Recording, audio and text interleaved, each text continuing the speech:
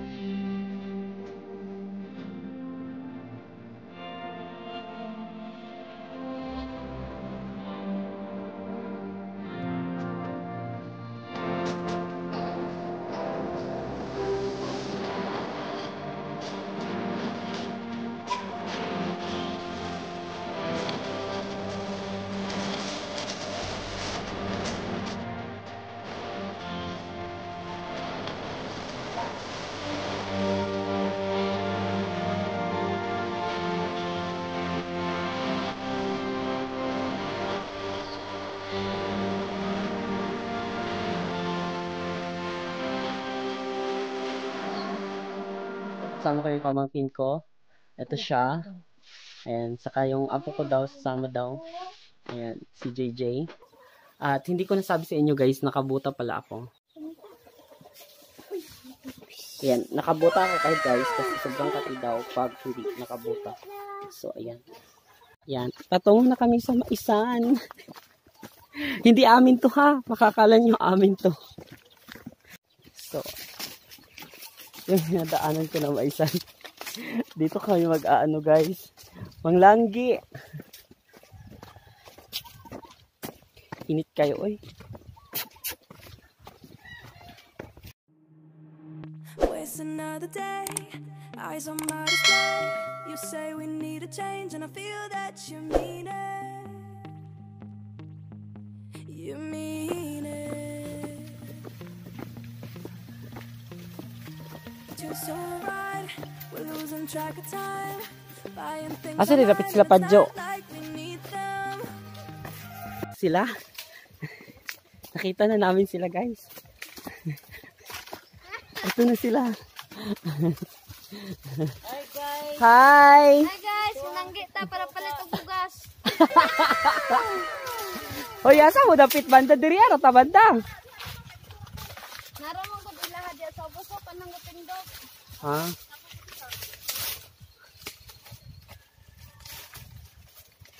Sige, sige, diri ako. So, diri ako mag-apil sa ilaha. Nang harvest na. So good na guys. So good paglanggi. Ayan guys, siya po yung mag-explain sa inyo. Kung saan paglanggi. Primero, tusukon. Sunod, pikaton. Anaon siya pagpikat guys. Ahat din mo balion. Oh. Anak guys. Otruha. Tusukon. Pikaton. Balion. Okay, Ginoo. Sakit akong tiyan. Mula na tayo. Yay! Sana makadami tayo.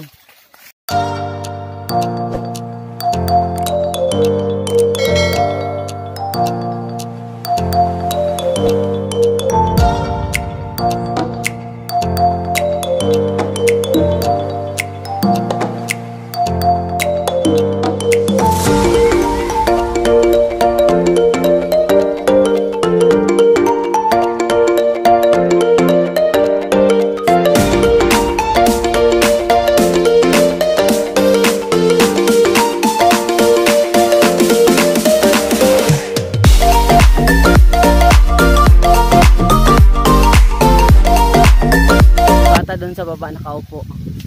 May batang nakaupo. Ayan. Siyan yan. Tumakbo siyan yan. Aso na yun? Nawala.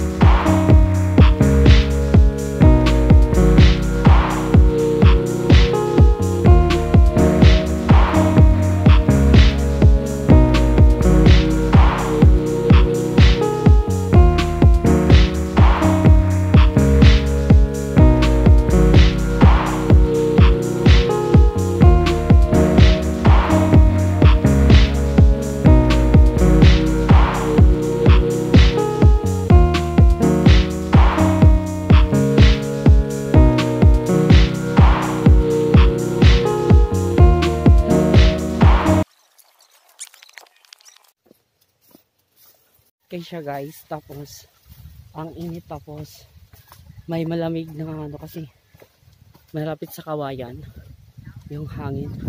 Sobrang init. Pero, delikado siya kasi, kung tingnan mo yung ano, yung sky, ayan, nagbo-blue na. So, it means malapit ng umulan. Or nag-ready na siya para umulan. Ayan, nandito yung pamangkin kong gwapo. Ayan. So, ang lalaki na nila. Dati mga totoy lang yun dito. As ni Dodoy. Sige. Di na koy. Di na koy.